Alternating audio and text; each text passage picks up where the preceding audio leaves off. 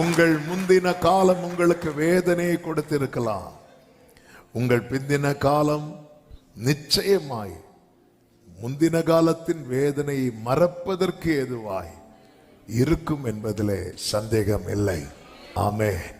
நம்முடைய நாளையை அறிந்தவர் இன்று நம்மோடு பேசிக் கொண்டிருக்கிறார்.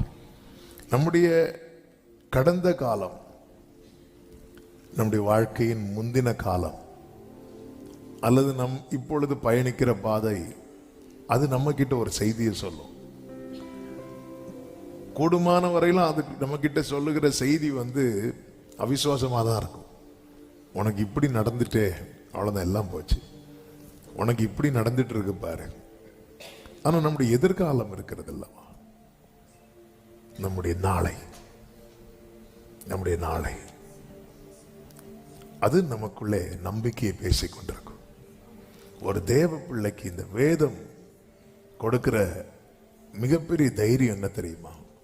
ஆண்டவர் ஒரு வார்த்தை எடுத்து பேசுறாருன்னா அதுல நம்முடைய ஃபியூச்சர் இருக்கிறது, நம்முடைய நாளை இருக்கிறது.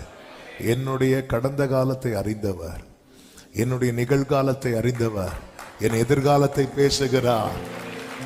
உன் காலம், உன் வாழ்க்கை எப்படி இருந்தது என்றால் ஈனப்படுத்தப்பட்டிருந்தது, இருண்டிருந்தது, இடுக்கமாயிருந்தது. இனி அப்படி இருப்பதில்லை. காரணம், அவர் அதை மகிமைப்படுத்த போகிறார். அவர் அதை மகிமைப்படுத்த போகிறார். கைகளை உயர்த்தி ஆமென் சொல்லுங்க பார்க்கலாம்.